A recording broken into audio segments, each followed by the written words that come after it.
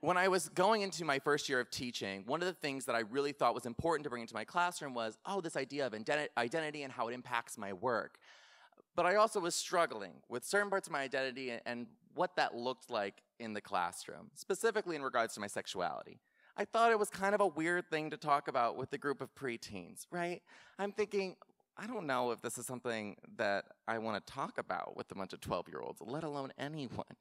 And as I was thinking about my own experiences with my sexuality, I thought about, well, I spent so many years keeping this a secret, like, is this really how I want to live like the rest of my life too? I don't know.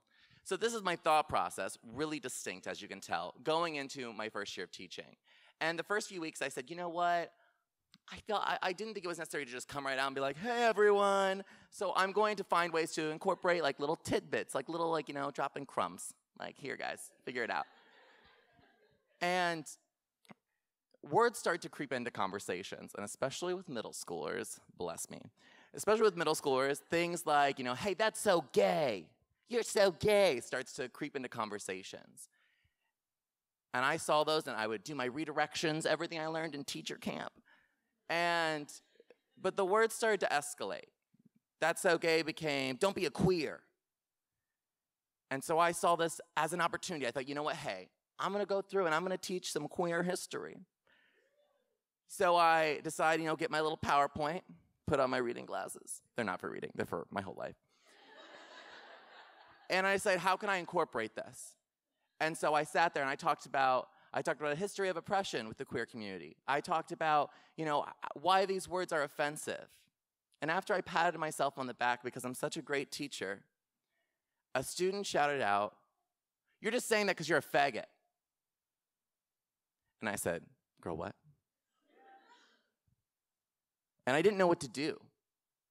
I'm very seldom at a loss for words, but I really didn't know what to say. So I ignored it, went to the next activity, pulled the student out in the hallway, tried to have a conversation one-on-one. It did not go well. And in the end, I said, okay, well, you know, I'm going to have to call home. I'm going to talk to the student's parents. And unfortunately, the conversation with parents didn't go as planned. And eventually, this class, that particular class, I teach many classes today, that particular class became a lot more volatile in the language they were using, to a point where we got to a day of class period where I had several students in a moment of like really like heated debate, all consistently throwing out that word. And so I cracked. And I said, that word offends me because I'm a part of that community. That word really bothers me because it's not an abstract friend. It's not a family member, it's me. And that's why it bothers me. The class was quiet because no one likes being called out. And the next few days, things were okay. I thought, okay, maybe this is gonna be all right. 7th graders talk. So it only took about a week and a half or 2 weeks before the whole 7th grade was very aware of my sexuality. And for the most part, the kids were super understanding, and they were really great. And every once in a while, there'd be a Yahoo who would shout out something offensive, and the classmates would say, hey, that's not cool, guys. That's not how we treat each other. And I would say, that's right. That's right. And I was really excited and proud, thinking for that microsecond that maybe we were going to get through this year, and we were all going to be able to move on more empowered. About end of the first quarter of the school year, though, I got a phone call from a parent. And the phone call was centered around her son, who she said doesn't feel comfortable in your classroom. So I said, okay, well, like, you know, why does so-and-so not feel comfortable in my classroom? But I already knew the answer. And she said, well, he just doesn't really like science. I said, oh. I said, well, you know, hey, I would absolutely love, like, I can absolutely shake up my content. We can do more labs, experiences. I have no problem adjusting things.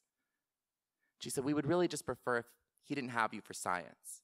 Could he switch to another science teacher? When we looked into it, I explained to her that, well, if this student didn't feel comfortable, at the end of the day, that is important to me. I want the student to feel comfortable. If they don't feel comfortable in my space, that isn't okay. But to switch their whole schedule and just suddenly have science with a different team teacher was not realistic. And she said to me, well, I don't think you're fit to be around children. Twice in a 9-week period, I was left speechless. Eventually, me and that student were able to work through it. And by the end of the year, there was a handful of instances, of course, that did not go as planned. But by the end of the year, we were able to be in a place where we were able to coexist peacefully and, for the most part, happily. But fast forward to 2 weeks ago. 2 weeks ago, I was walking some of my students back from tennis, which I coach. Not well. I'm not a good tennis player, guys. And one of my students says to me, one of my new 7th grader babies, oh, Mr. H, I love science so much. Of course you do. He goes, and you know, no matter what so-and-so says, I think you're the best teacher. I said, what does so-and-so say? Like, I know I'm the best teacher. No. And he said, well, so-and-so, I mean, he thinks you act gay, but don't worry. We all know you aren't. It's okay. And so I sat there conflicted. And so my initial response was to casually walk them through, oh, well, actually, what does it mean to act gay? And that's where we started with our conversation. And we weeded towards the idea of, it's 2017, it's okay to be gay. But I stopped just short. I didn't share my sexuality with the student because I was still afraid. Because even though we were a year later, I remembered how horrible I felt at the end of first quarter going into fall break as a first year, on the verge of tears because I had parents telling me I was unfit to be around children. I wish 2 weeks ago, in that moment, in such a raw, genuine moment, I had just told the student. There was no one else around. There was like me and 3 kids. Our tennis team's not big. But I didn't. Right? I could have. I had an opportunity there, and I didn't take advantage of it because I reflected upon my past experience with it, and I was nervous what would happen. I didn't know if in week 4, at that point, in week 4 of the school year, if I was ready to deal with all of that drama, when I was finally just at a point where things were going well. I was not the greatest first-year teacher, y'all. And so being a second year means slightly more competent and comfortable, I didn't want to risk that. I didn't want the chaos. I didn't want people screaming faggot at me in class again. And so I didn't say anything to the student beyond just, it's okay to be gay, it's 2017. And that's something that I still struggle with even now. And it's a conversation that I have with some of my other teachers. And someone will say things like, well, why would you ever tell a kid that anyway? And I'm like, I don't know, Nancy. Why you talk about your husband all the damn time? Yeah, Nancy's gotta go. And I wish that my story had a better closing, both for the fact that it would round out a lot better.